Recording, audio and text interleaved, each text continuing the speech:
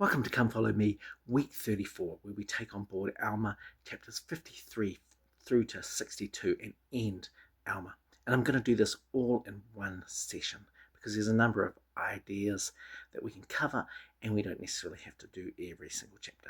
Alma 53 introduces us to the sons of Ammon, the people, children who had followed Ammon and laid down their weapons of war, but their sons had not taken up the same cause, not to take up weapons, and so they were available to go fight, and they did so with Helaman, and Helaman tells us that there are 2,000 of these sons. Chapter 54 starts a number of epistles between various people, and this is a really interesting part of the Book of Mormon, in that now people are writing to each other, and it's being included in the Book of Mormon. And this starts off with Amram and Moroni exchanging letters about prisoners of war. There's a break in chapter 55 where there's an account of the Lamanite guards being enticed to become drunk, and the Nephite prisoners are freed. And there's a number of times in there where Moroni and others, Helaman is going to recount a whole lot of circumstances where they're able to miraculously take cities without a lot of loss. Chapters 56, 57, and 58 are an epistle that Helaman writes to Moroni. And this is curious for a number of reasons. One of the first ones is that it recounts a whole year of events in one go. This seems very strange. Why wouldn't Helaman be reporting to Moroni on a regular basis? There's no need to have done a whole year worth of events and then sent a letter. If correspondence is possible, then it should be happening pretty regularly to coordinate the efforts that people are doing in various parts of the land. The other oddity is in the middle of chapter 56, verse 52, the writer goes to the third person to talk about Helaman when the whole rest of the chapter is in the first person of I, Helaman. This seems to suggest that Joseph, as he's dictating, forgot that he's writing a letter and he's doing it in the first person.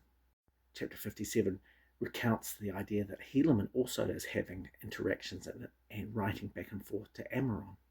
And this is odd because this seems to be independent of Moroni writing back and forth to Amram. In 58, Helaman recounts in his epistle to Moroni other cities that he's taken by stratagem. And he also recounts the idea that he's not getting any support from the government, which worries Moroni, and he's now sending an epistle to Paharan, who's the chief governor. And he sends another epistle to Paharan, really angry and worried about the state of the government and threatening to come and unseat Paharan. And then he receives a epistle from Paharan telling him that the kingmen have taken the city. Moroni is really overjoyed by this news because he thinks that Paharan's a traitor, and he realizes that Paharan is actually being very good. And so Moroni takes the army and goes to the seat of government and gets rid of the kingmen and restores peace in the land, and then also manages to defeat the Lamanites. And so this is a bit of a, happy ending chapter. And then, just like George Washington, Moroni retires from military service, giving the command of the guard to his son, Moroniha, which again is really odd. Why would you then give your command to your son? Why is this not just going to another general? Or it's just odd that these governments and these military officers are going from father to son instead of, in a democracy, going to the next useful person.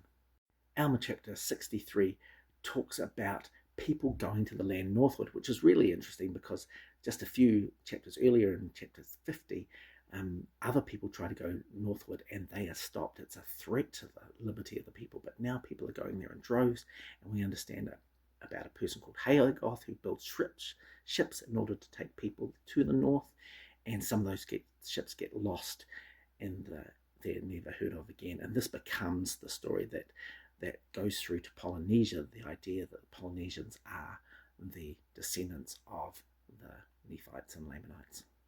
But there is certainly a mass migration through to the north of the kingdom, and so now the Nephites are inhabiting North America, the place where the Jaredites have been, where the present-day United States. and the record of the people are now handed down to Helaman, who is the son of Helaman, who is the son of Alma. And this provides this unbroken generation of transfer of records that the Book of Mormon needs to do to legitimize its existence. And the end of Alma ends with Moroni Hard making a big defeat of the Lamanites, as he is now the chief captain. And so it's kind of a happy ending to the Book of Alma.